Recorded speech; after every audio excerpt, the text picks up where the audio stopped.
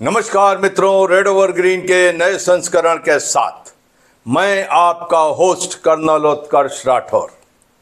मित्रों, तारीख 11 मार्च, पाकिस्तान का Quetta railway station Pakistan standard time के मुताबिक सुबह 9 बजे 39 अप जाफर एक्सप्रेस पेशावर के लिए रवाना होती है।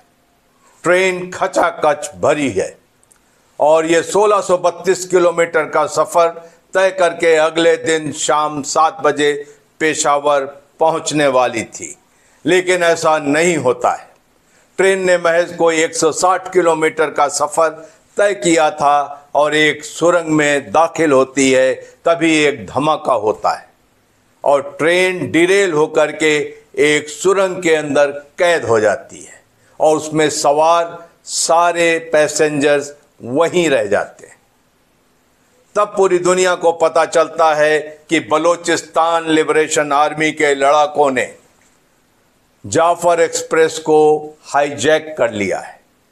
दुनिया में ऐसी बहुत कम मिसालें होंगी जहां पूरी की पूरी ट्रेन किसी ने हाईजैक कर ली हो, लेकिन पाकिस्तान में ये हुआ। बलोचिस्तान लिबरेशन आर्मी के लड़ाकों ने अपनी मर्जी से बूढ़ों को, खवातीनों को और बच्चों को छोड़ दिया, लेकिन पाकिस्तान की सरकार और पाकिस्तान की आर्मी ने बड़ी बेशर्मी के साथ ये सेहरा अपने सर पर बांध लिया कि उन्होंने एक्शन करके इन लोगों को छुड़ाया, जबकि हकीकत ये है कि पाकिस्तान आर्मी और उसकी एसएसजी के साथ बलोचिस्तान लिबरेशन आर्मी के लड़ाकों का अभी तक कोई कांटेक्ट ही नहीं हुआ है। आइए समझते हैं कि सूरत हाल क्या है और ट्रेन कहां फंसी हुई है। आमतौर पर यह कहा जा रहा है कि टनल नंबर 8 में यह ट्रेन फंसी हुई है। रेड ओवर ग्रीन ने आपके लिए इस जगह की सैटेलाइट इमेजरी का इंतज़ाम किया है और जिससे ये पता चलता है कि पेशिन और पनीर रेलवे स्टेशन के बीच एक सुरंग में ये ट्रेन फंसी हुई है, जिसे पनीर टनल कहा जाता है। पनीर टनल कोई 1 किलोमीटर लंबी है। ट्रेन एग्जैक्टली कहाँ फंसी हुई है ये बताना मुश्किल है। बहरहाल, आप सैटेलाइट इमेजरी को देखें तो आपको अंदाज़ा होगा कि ट्रेन की लोकेशन और टनल की लोकेशन बहुत ही प्रिकेरियस है, क्योंकि ट्रेन जो टनल है उसके बगल से बोलान नदी भी बह रही है। मैं इसलिए बता रहा हूं कि रेस्क्यू ऑपरेशंस या मिलिट्री ऑपरेशंस उतने ही कठिन होंगे। खबर मिलने के बाद पाकिस्तान आर्मी ने अपना ऑपरेशन या सर्वेलेंस ऑपरेशन माउंट किया। आपने वीडियोस में लगातार उड़ते हुए हेलीकॉप्टर्स जरूर देखे होंगे, लेकिन इसके अलावा वो अभी तक कुछ कर नहीं पाए। यहाँ पर सिचुएशन ये है कि ये प्री प्लान्ड ऑपरेशन था बलूचिस्तान लिबरेशन आर्मी का।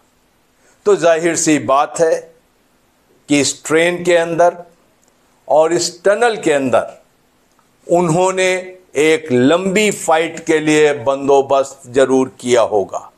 मसलन उनकी लॉजिस्टिक्स बहुत मजबूत होंगी और इस टनल में आने और जाने के लिए सिर्फ 2 ही रास्ते हैं, एंट्री एंड एग्जिट।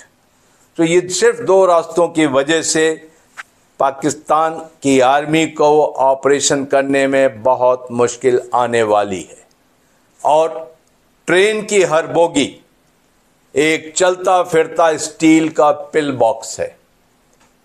तो बलूचिस्तान लिबरेशन आर्मी के लड़ाके हर बोगी से पाकिस्तान की आर्मी का मुकाबला करने वाले हैं और वो इस जगह के ऊपर एक सर्विलेंस बना सकते हैं और वो जानते हैं कि किस तरीके से उन्होंने अब फाइट करना है।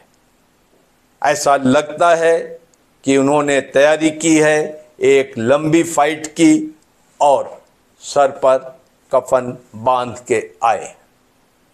जो उनकी डिमांड्स हैं, अगर पाकिस्तान की सरकार मान लेती है तो हो सकता है खून खराबा न हो, बचाया जा सके, क्योंकि अब ट्रेन के अंदर ज़्यादातर पाकिस्तान की आर्मी के जवान, पैरामिलिट्री फोर्सेस के जवान और पुलिस के लोग ही बचे हैं।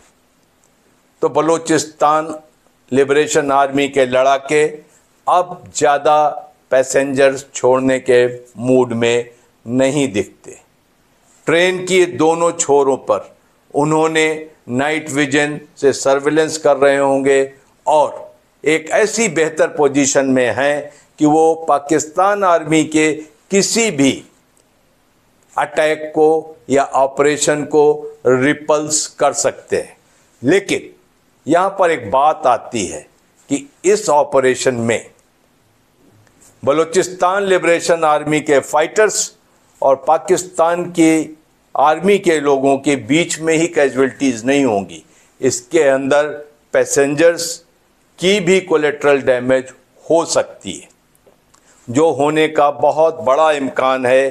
तो पाकिस्तान की सरकार के ऊपर यह जिम्मेदारी आयत होती है कि अगर वो खून खराबा नहीं चाहते हैं तो बलूचिस्तान लिबरेशन आर्मी के फाइटर्स की डिमांड जल्द से जल्द माने और उन्हें वहां से जाने दें। इस बार सिचुएशन बहुत नाजुक है और बहुत क्रिटिकल है और इसके अंदर कोई भी फोर्सफुल ऑपरेशन सिवाय कैजुअल्टीज़ के और कुछ किसी को देने वाला नहीं है। बलूचिस्तान लिबरेशन आर्मी के फाइटर्स अपना मन बना कर आए। और अंत में red over green colonel Vinayak Bhatt का शुक्रगुजार है, जिन्होंने ये गूगल मैप की satellite imagery red over green को फराहम की और जिसमें साफ आप देख सकते हैं कि ट्रेन आखिर है कहाँ। आज के लिए सिर्फ इतना, बहुत जल्द मुलाकात होगी, तब तक के लिए जय हिंद।